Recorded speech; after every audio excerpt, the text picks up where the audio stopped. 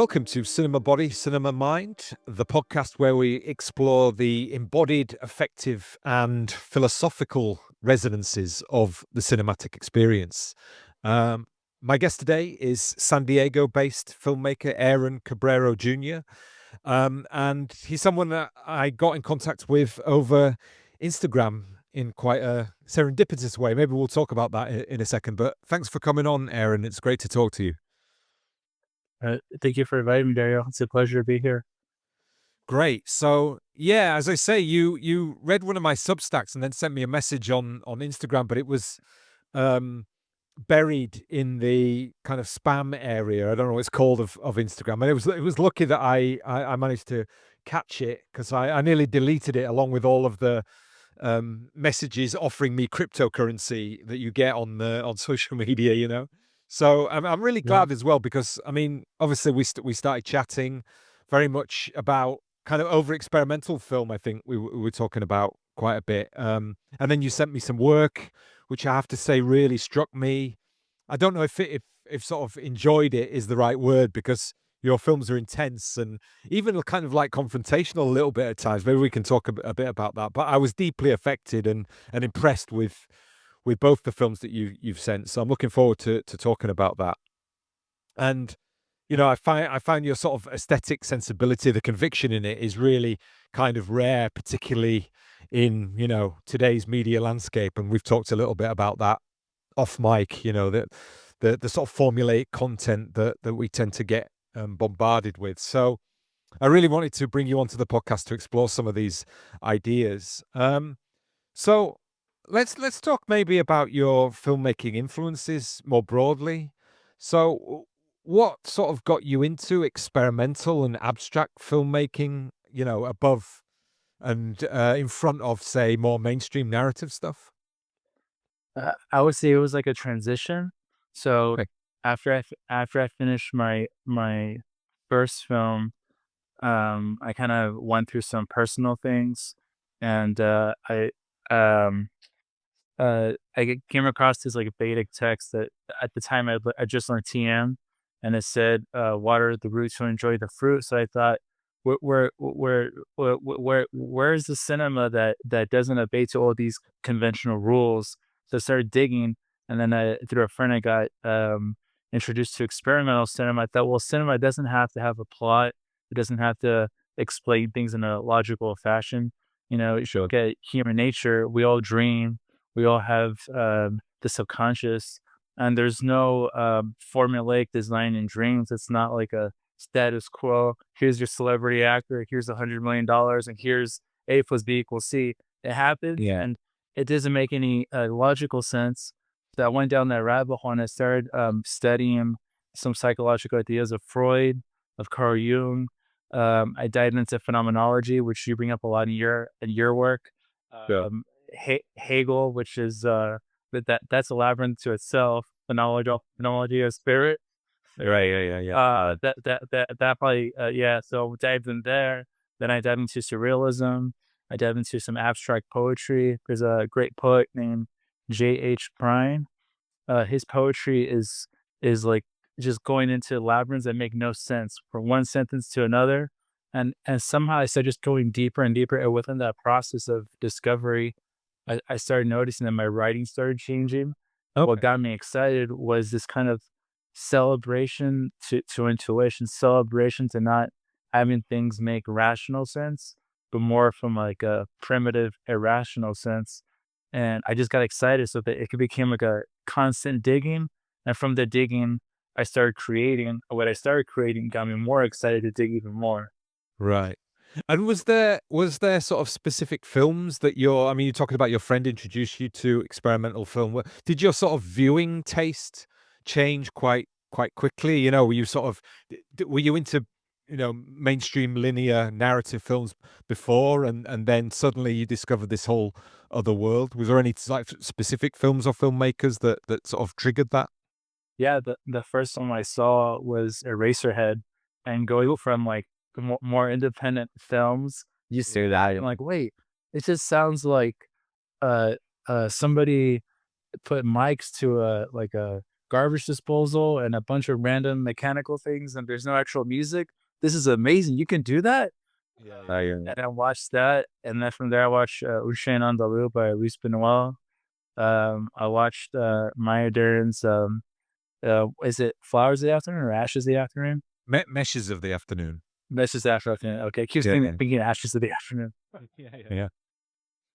Um, and then I got into art house, Tarkovsky, um, Bresson, Buñuel, Bellatar, and So over Mark you Bergman. makes in that sense. Right. That actually that'd be a great T-shirt. We can make one. The Usual Suspect. Yeah. Just put all the Yeah, no, for sure. Yeah, it's interesting, isn't it? Because I think probably, I went to film university, but I was still like really steeped in mainstream film even when I kind of got to university in my mid-20s. And when I went to see Piero Le Fou, the Godard film, Mhm. and that kind of did it for me. That sort of made me realize that there was a sort of different filmmaking that didn't adhere to these rules. And even then, it sort of took me a while to get into. I mean, I got into kind of like Bergman and Tarkovsky, as you say, but and Tarkovsky is pretty experimental, but Bergman really kind of isn't in the sense of a lot of his films follow a linear progression. So it took me even longer, and I think like maybe at times as well, there's a certain moment in which that kind of cinema kind of affects you in a certain way and makes you reevaluate what it is that you're seeing and sort of realize almost a kind of phony construction of a lot of like mainstream cinema in that sense. I don't know whether you had kind of similar feelings that you felt like that there was something sort of inauthentic, and I've got to that point now where I find it difficult to watch stuff that is purely kind of very formulaically linear, fundamentally. Yeah. No, I completely agree. I think or when I realized you can see this in painting and music and film, is that when a work of art is made by an artist versus a corporation, it's a completely different experience. It's almost like Mm. homemade food. Like when I was a kid, my grandma was an amazing cook. But you felt so much love. Every ingredient was thought out, and that's the same thing Yeah. with like a film when there's a lot of thought and intent in an existential way is how I feel. It's almost like you're respecting the audience because 'cause they're giving up their time, whether it's 15 minutes or 3 hours to watch your work, but what you're giving them is, some way connecting to the full spectrum of humanity, whether it's existential or philosophical or the subconscious, and I found that to be so beautiful, and I got so moved that, uh I have to admit this in my 20s. I got rid of all my commercial Blu-rays from one day to the I just got rid of all of them. And I said, Right. they're all being donated, maybe Yeah. that they so somebody can appreciate them, but Yeah. not for me. And I started just only picking art films that really moved me, and I felt so happy having just being surrounded by these people that inspired me to this day. And it got me so excited. I thought, I don't have to follow those rules. That for some people that's their type of cinema, that's great. But for me, I love people that they put their heart and soul into something. They'll spend 5 years, 10 years, or work 3 jobs, or do whatever it takes, but they want to give the audience something that feels honest and true and even Mm. challenging, which is beautiful.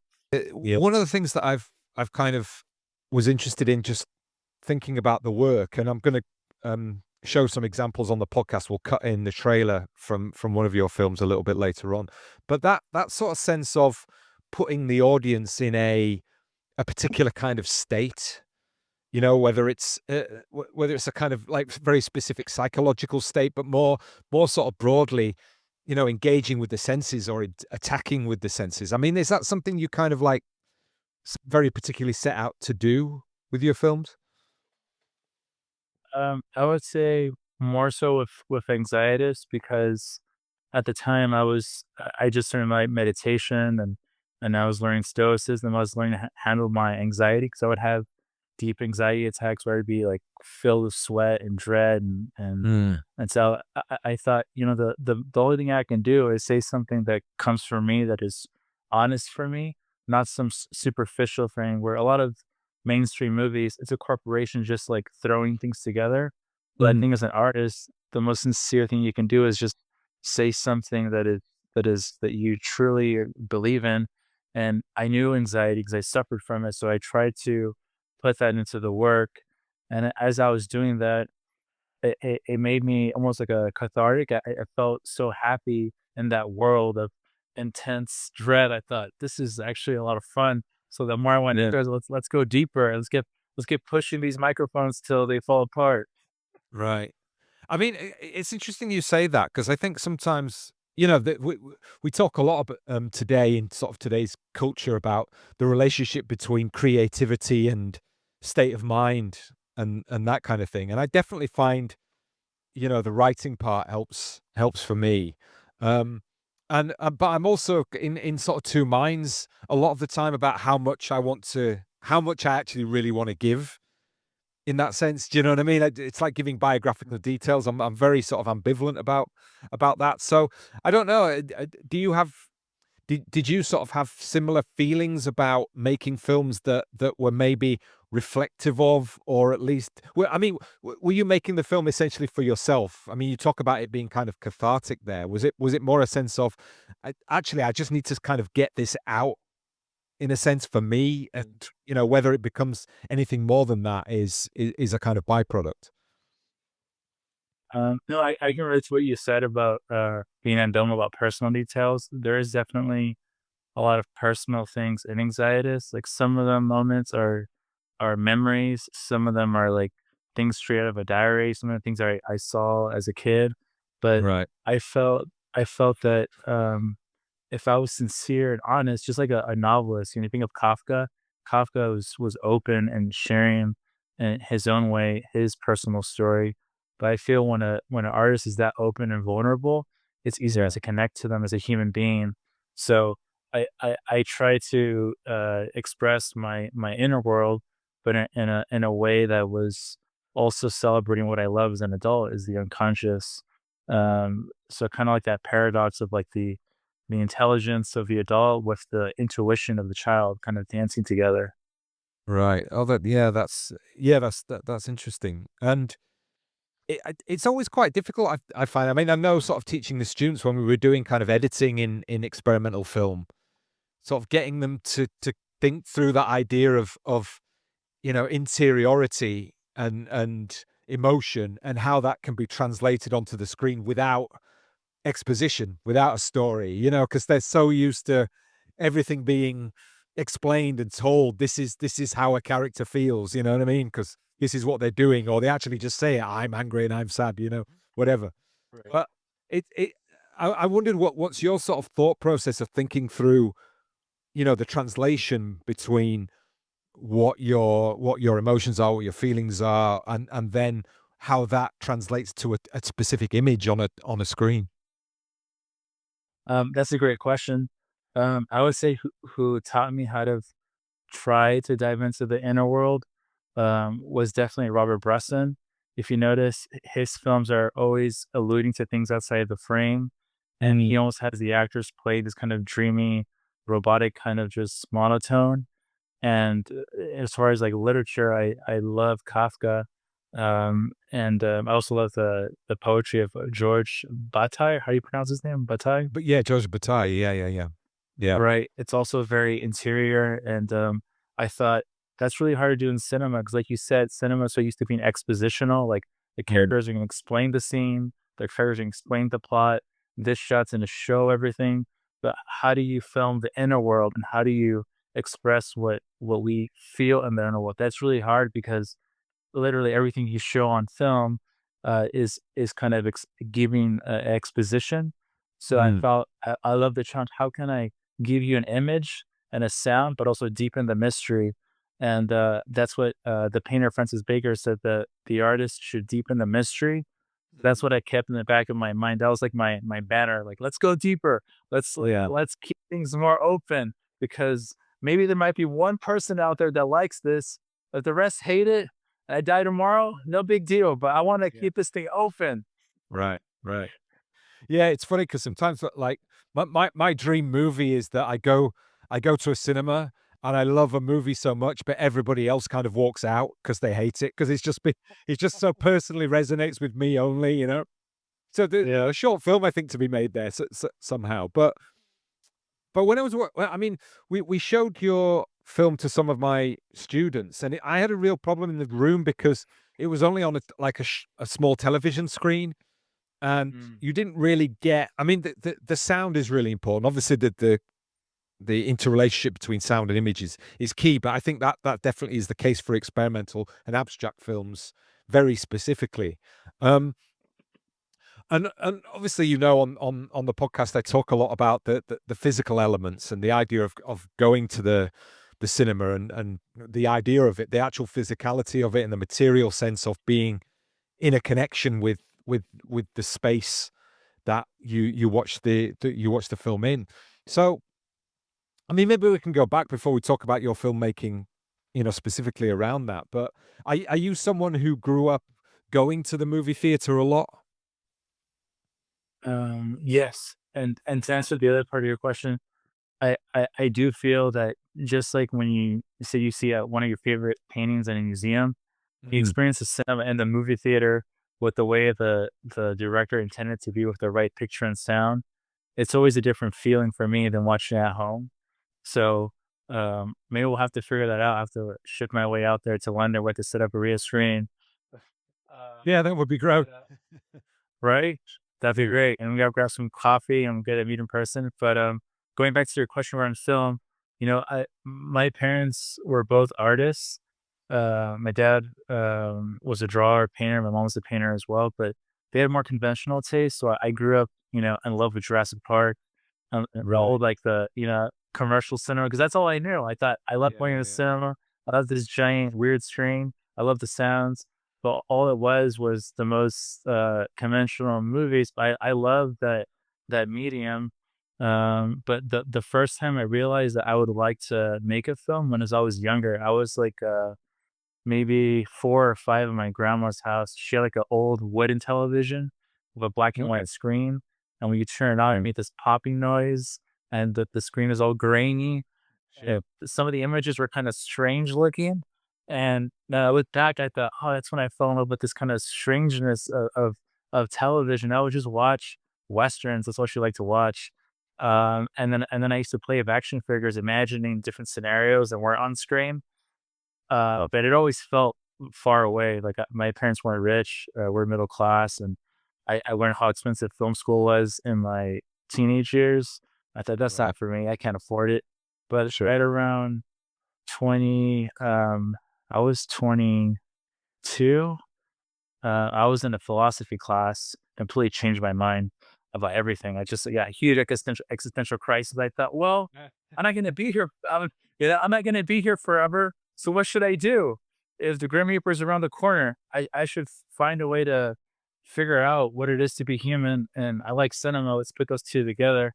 So I started researching all the textbooks at film schools and I bought them myself. I was working 2 jobs. I was buying the books, studying them at night, going to the Wow. next book, and I created my own film school, and I learned about cinematography. I was watching YouTube channels, studying all those books. I learned about editing. So I told myself, I know I can do it if I have enough persistence. So between the jobs, I was just studying and studying and studying, and I haven't stopped. I just continue to be open and tell myself, I don't know everything, but at least I can try to learn.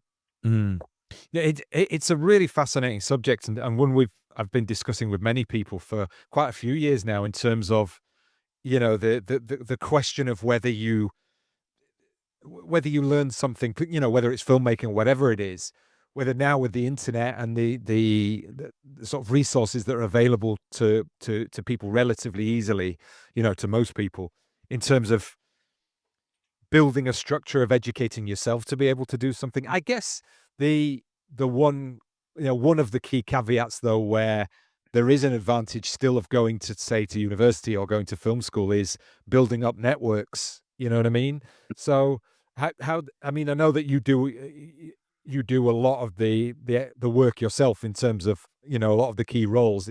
You're an experimental filmmaker in that sense where you're taking the reins of most of the areas of the production. But did you sort of build a network of sort of friends and other colleagues who were interested in filmmaking and were going to help you out? Did you did you sort of do that in a certain way? I did, and going back to what you just said, I also think I would have loved to gone to film school if I could have. I think it wouldn't have changed in regards to my aesthetic, but it means I would have had like a group of friends that are, that great at Sure. what they do, Yeah. and also professors that would have been like, "Hey kid, you don't know everything. Watch this film." Like, oh, Right. oh my Yeah, yeah, god. yeah. But yeah, so when I started my first film, uh, it was a mixture of like friends and professionals. And then after my first film, the people that worked on it were so they believed in me. So for the second film, they said, we'll work for free if you want to do something. And I said, well, Mm. that makes me happy because I don't think I can afford you right now. Right. Well, it's Yeah. lovely when people kind of like feel like that you've got something worth pursuing and they understand your circumstances in that sense. But it takes a lot, I think, though, to pursue something on the outside. If you're working a regular job, let's say, I don't know what your sort of regular line of work was or anything like that, but I think it takes quite a lot to be able to sort of say to yourself, yeah, I'm going to have to do this, but this is the thing that I want to do on the side. I think that I don't know how you feel, but a lot of people today have a very um short term or quick get rich quick kind of mentality, and that you know what I mean, it sort of translates Right. to wanting to be good at something, you know what I mean? Where Right.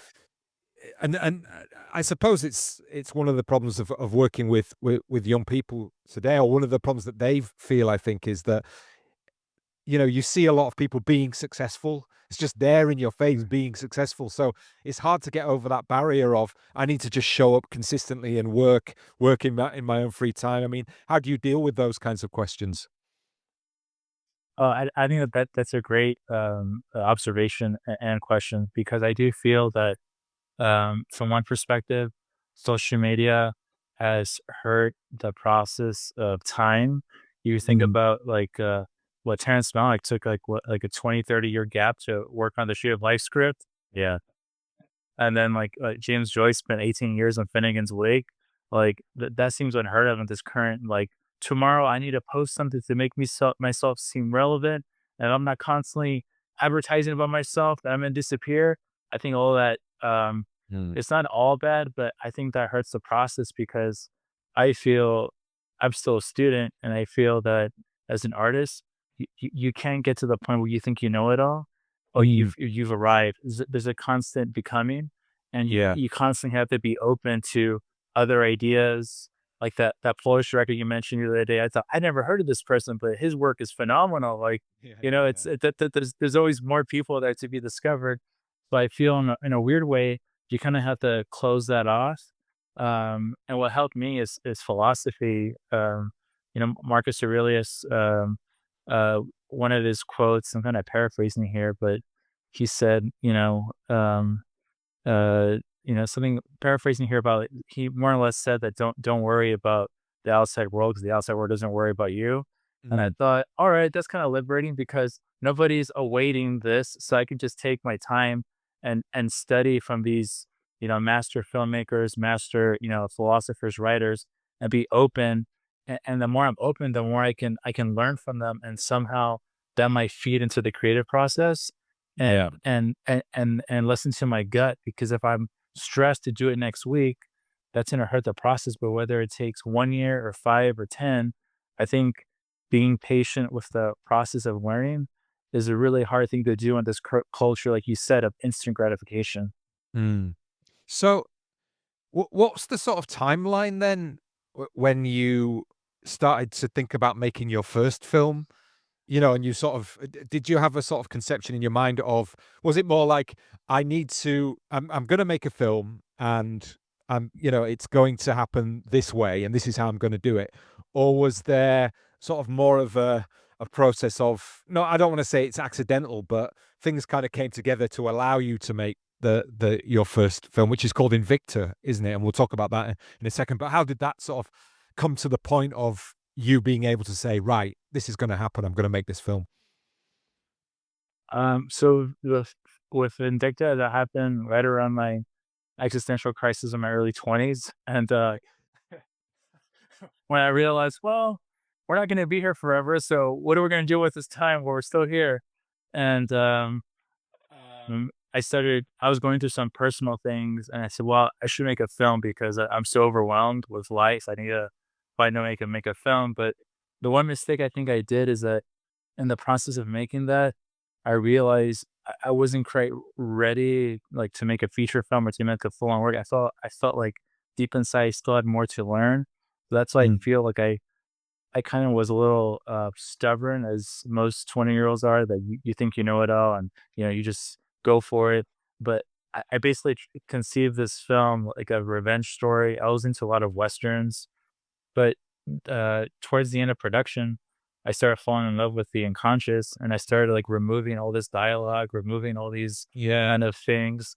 And then towards the end, I thought I want to change the whole thing. I want the whole thing to go out of order. And then my co-producer was like, "We're not gonna get into festivals with that.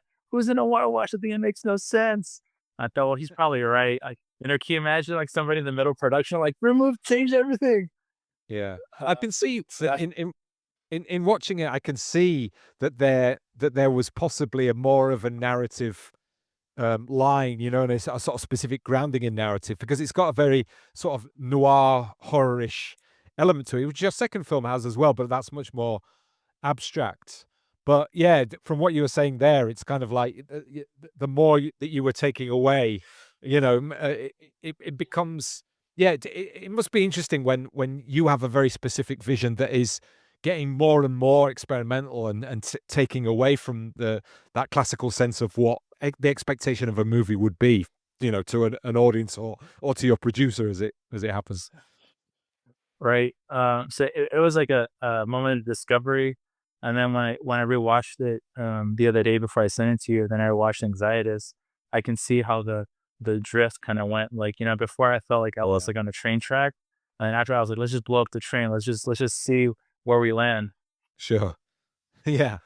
No, no, no. I mean, it's interesting as well because you've got like the style of the two films that you can definitely see a sort of development from one to the other, but the antecedents are there because I think it's interesting. You employ the sort of cutaways, so you've got what I would call realist scenarios. So there's figures that would represent characters, let's say, but then you do Right. these cutaways to abstract forms, and whether it's like towards the end, you've got the splattering blood, and then I mean, it's interesting because the shaping and the texturing of the images is of the abstractions is really interesting as well. Right. Thank you. So yeah, it was like a transition. So originally, the first film I had like a 300-page script, and by the end I had like a third of a page. I just Right. removing dialogue. It's just like we don't need this. This is so conventional. Let's throw this out. And But it was definitely an experiment. And with the second one, where the first one, I felt like I was making a movie. Like now I'm a director. I'm going to direct these things, etc. The second one felt more personal because I was diving into myself. I was diving into ideas I didn't quite understand, the philosophical ideas, psychological Right. ideas, even ideas of like physics that I incorporated. And that film, I felt like I put in 20 times more energy into the whole process. And it feels that way. Yeah. I try to put everything from like a pure way where was completely honest. Mm. Yeah, yeah. I mean, you can see that that's definitely the intention. There's a sort of um, a working through the expression of what you're trying to make, but like packaging's the wrong word. But how do you employ style to Right. kind of evoke that? I think is an interesting question. I think for young filmmakers, and especially if you're you're making your first film and you're being a director in that sense. It's interesting because that's a very specific role on set, isn't it? Which is sort of different to you're doing a different job of work than you are, say, with pre-production on writing. You know what I mean? You might have a lot going on Right. in your head about what you want it to look like, but then you get on set you're almost kind of like a manager then. So Right. how was it? How was the experience of you sort of working with people and being a director and sort of learning on the job doing that? I would say that it was vastly different. So the first one, I'll be admit, I was really high strung, neurotic. I was doing like 75 takes per shot, and I had this like Kubrickian idea, and it was a disaster. People were not happy with that.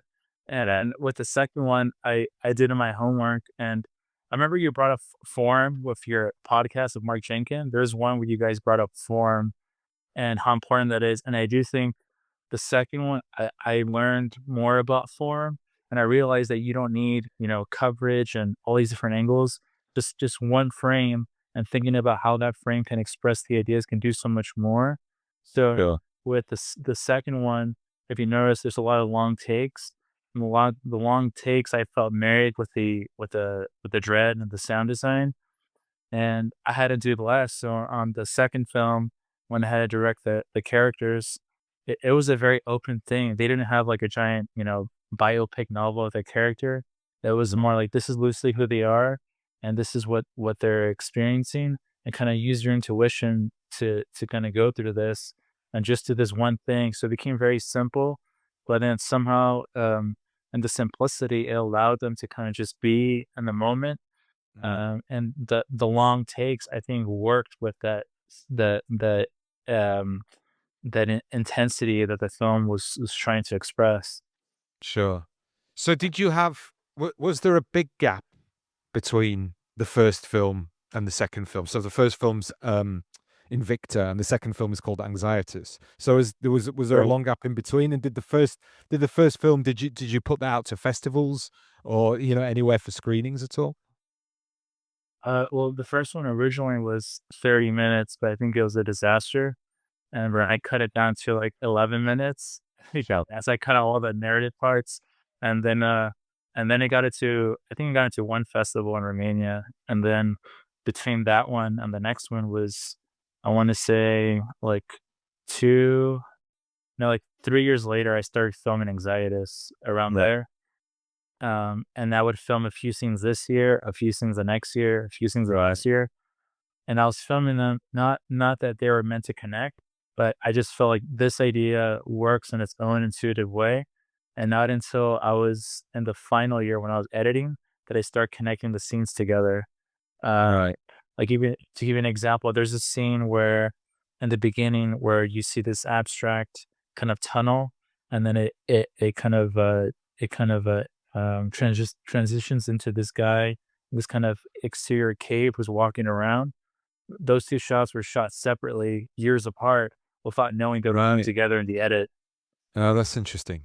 So did that kind of this is the word I'm looking for is educate you in terms of the possibilities of filmmaking in terms of that idea of things may come together in ways that are completely unexpected, but then they make sense within the parameters of what you want to actually make, what you want to get across. Oh yeah, definitely. I think it takes a lot of courage because the way we're taught in regards to the conventional format is like you write out the script, Yeah. you storyboard it, you go and you shoot. This is what you're gonna do. But to kind Sure. of have this more painterly discovery process, Mm. um, I never was afraid because I was confident that my intuition was not wrong. I was, deep into meditation, so I thought, as long as I stay true to myself, I'll be okay. But if I try to be somebody I think who might like me, I think that's the worst Mm. thing you can do. You should just kind of be yourself, trust your gut, and not worry about, is this going to make any money? Is it going to make me famous? Is it going to be received well? Just that Mm. interior, almost like a diary. That's something I also appreciate about your Substack is a lot of your writing. It just feels so honest, and I think that's the same thing with an artist. You have to just be honest, and then that's the best thing you can do. Oh, well, thanks for that. I appreciate that. Yeah, and it's a tricky one as well because you do have, I think, as in any art form, you do have that question of that sort of dual or it's not a contradiction, but the sort of two sides to the reason why you're doing it. it's really easy when people, I think it's sometimes too easy for people to say, "Oh, just write what you want to write for yourself." But for anything that is an expression, you the expectation is someone at some point is going to engage with it, and they're going to read it, they're going to watch it, and at that point, you are expecting some kind of response from an audience. So I think it's slightly naive just to say, oh, write what you want and don't worry about the audience. I think there's always a worry if you're going to put something out in the world. Yeah. No, I can agree to that. I would say when you're in it, you're kind of in it, but when it's out there, you Mm. hope somebody connects to it Yeah, yeah, yeah. from a point that they honestly connect to it, and I think that's what drew me to your writing. So Mark Jenkins posted on his Instagram story the quotation of art of radical thinking, how cinema, what you wrote, how cinema has become this formulaic thing, and it's not. It's kind of whenever films are outside of that, they're kind of, I forget how you wrote it, but they're almost cast aside. Films that are more open or kind of. I read that and my heart started pounding. I got so excited. I thought there's another person out there that understands me, and I Yeah. need to reach out to him. But I don't follow him. He's gonna think I'm spam. He's gonna think I'm some bot that's just like saying random. He's gonna think ChatGPT like listened to him. I just read some random things, but I don't care. I'm gonna send him audio messages so he knows I'm a real human. So that got me so excited. And I usually don't reach out to anybody because I always feel strange to say, "Hey, check out my work." I feel it's such a weird thing Yeah, to yeah, do. yeah. But Yeah. but I thought in this case I might not be weird because he knows these things. His writing is great, and who knows? And then a few weeks later, you reached back, and I was like, "Oh my god!" Yeah, no, it was funny because I'd read your messages and then listened to your messages because I didn't even know that you could record voice messages on Instagram. So that was the first time I'd sort of realized that. So there's actually voice messages here, so I'm going to listen to those as well. So I did that, and then I messaged you back as well because I think obviously it's gratifying when somebody recognizes your work, and somebody reads it even, but then to sort of take the time to kind of outline and say why it struck them. I think it's always it's not just flattering. It's kind of like you say, that moment of connection with the idea that there is some relationship to the world that you can understand that somebody else has, and you can connect over that. I think is in our individualized world, it becomes more and more difficult, I think. No, yeah, I definitely agree, and everything you wrote. Actually, yesterday I re-listened to that same episode of the art of radical thinking, where the conclusion about staring at a painting for several hours. Yeah. Um, that that um, that I feel to be so true in regards to film as well, is that when you really take the time to really be there 100%, Mm. obviously it's something that you care for. So it's a different experience when you're completely just there in that moment.